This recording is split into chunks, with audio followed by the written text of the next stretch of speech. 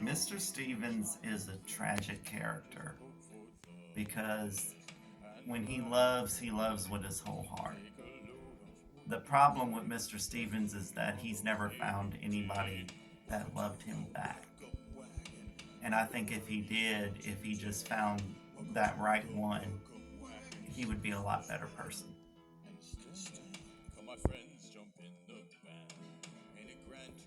Mr. Stevens is infatuated with Tahine, and it's a perfect example of how infatuation can go really wrong because infatuation became obsession. And it especially got worse in the 5 years that Tahine was gone in prison because he spent that entire 5 years just thinking and wishing and fantasizing and building up in his own head that him and Tahine was going to have this lovely love story once he got out. And when that didn't happen, I don't think he knew how to handle it. Well, they both met when Mr. Stevens gave him a ride. He gave him a ride to buy some tampons for his girlfriend and baby's mama, who turns out it was Jessica. And Jessica was obviously not a very good mother. And you could see in the flashback where it says 8 years ago, Mr. Stevens was basically taking care of CJ when he was an infant.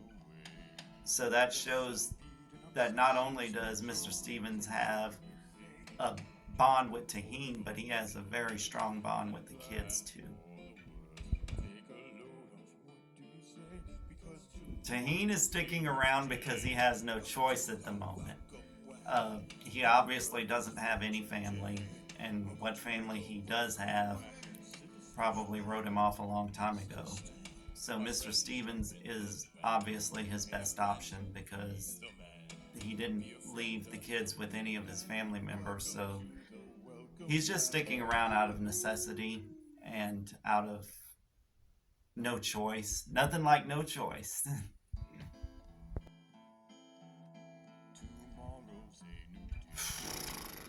Mr. Stevens,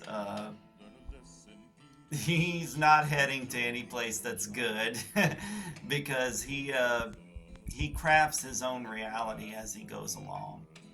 He doesn't want to hear anything other than what he wants to hear.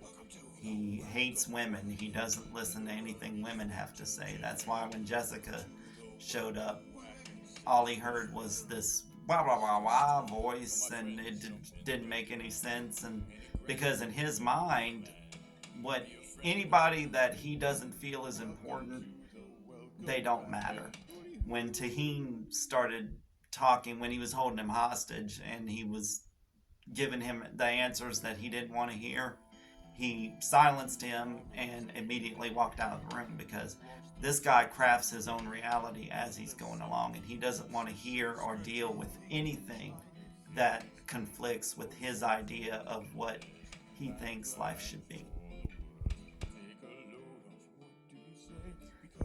Well, if you look at Paul, Paul really helped craft Mr. Stevens into the person the way he is because Paul has no empathy for anybody, and Mr. Stevens in return has no empathy for anybody, including his own father. That's why he put him in a state-run facility so he wouldn't have to deal with him, because Mr. Stevens' lack of empathy absolutely comes from his upbringing.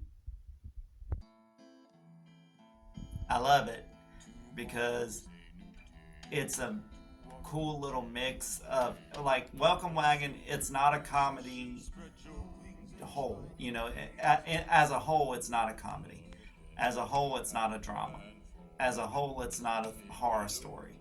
It's got all of those elements mixed in together. You have comedy, you have horror, you have drama, you have soap opera, you have all of that stuff mixed in together.